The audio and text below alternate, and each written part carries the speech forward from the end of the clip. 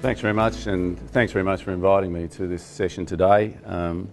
I can confirm that I'll probably be attending these in future on the strength of the morning tea and lunch, so it's pretty good, better than we get at council.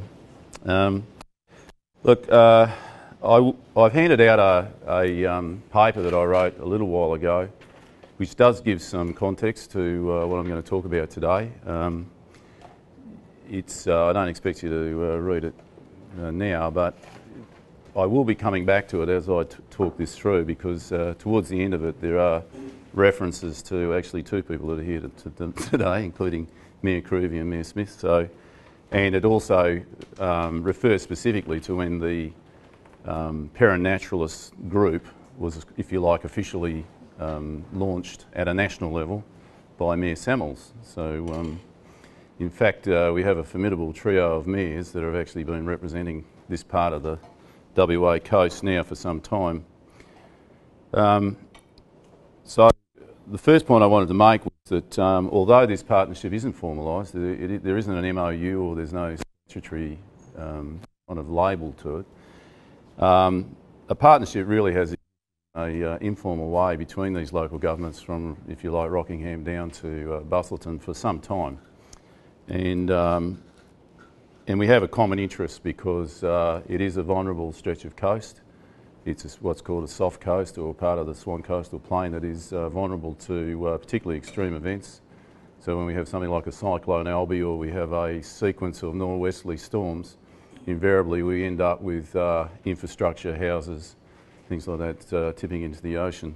So it's not new, the collaboration between these local governments.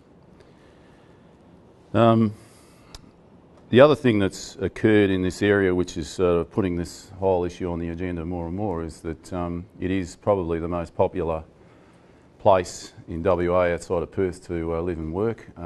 There is enormous pressure on our coastal zone area for people to recreate, to live, and as a consequence of that we end up with infrastructure such as this facility here, parking areas, our drainage systems, surf clubs, etc.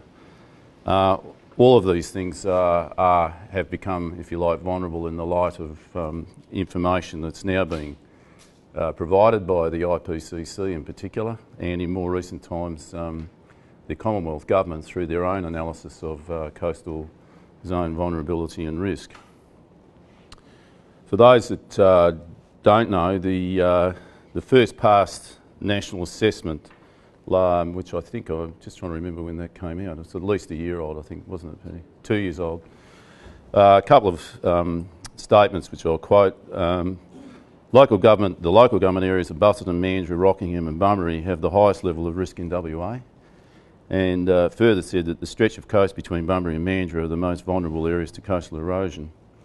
So the federal government has actually firmly put on the agenda that the area from Rockingham to Busselton is extremely vulnerable and at risk of inundation and coastal change, which of course will affect property and infrastructure.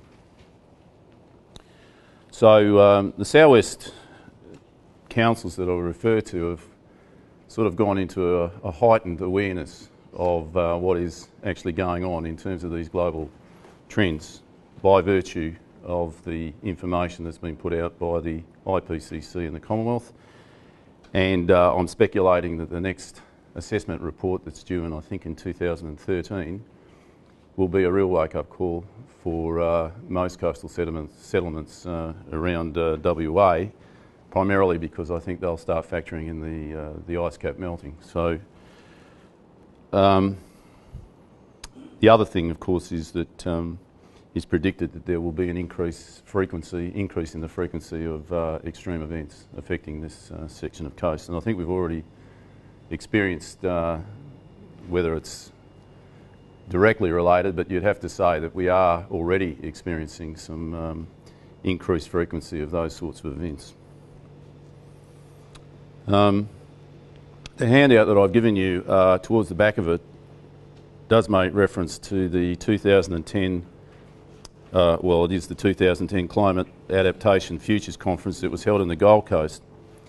As I said, that provides some background to the establishment of this Paranaturalist group.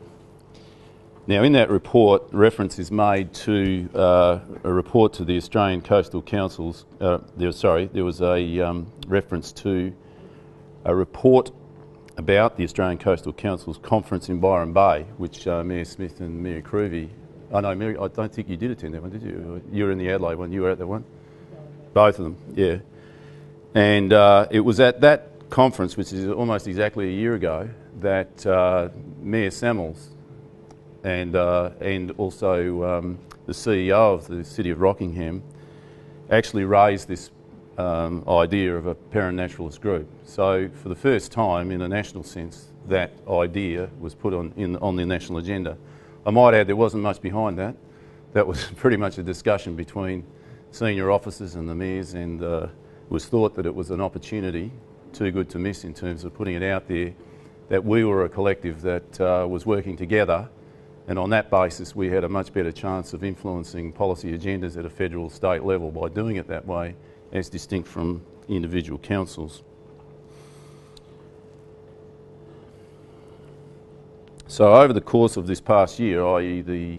the conference where we introduced the parent naturalist idea to now, we have been working on if you like, a business plan and an MOU, and it just so happens that tomorrow Simon is hosting us at the Shire of Harvey, and we'll be finalising the MOU, which brings together all the councils from Rockingham to Busselton.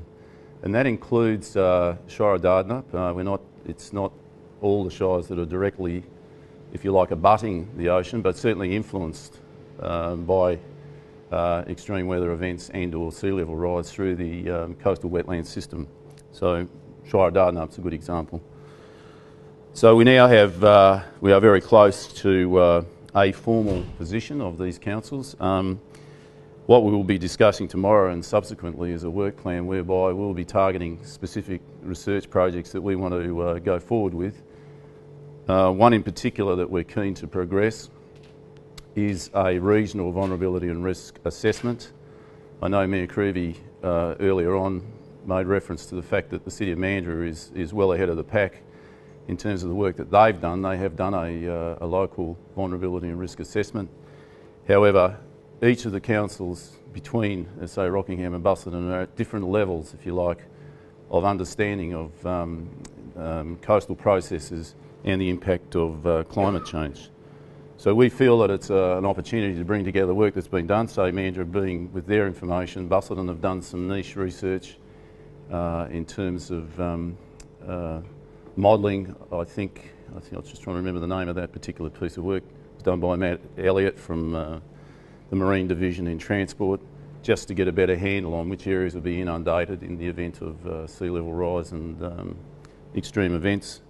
If we can bring that work together and feed it into a regional analysis, we're hoping that that will better inform the local governments based on biophysical processes as distinct from socio-political boundaries, if you like, so that they may adjust in the case of Mandurah or put in place the necessary policy responses to the sort of impacts that this climate change will cause. So that's, if you like, the basis upon which this parent naturalist grouping of councils has developed.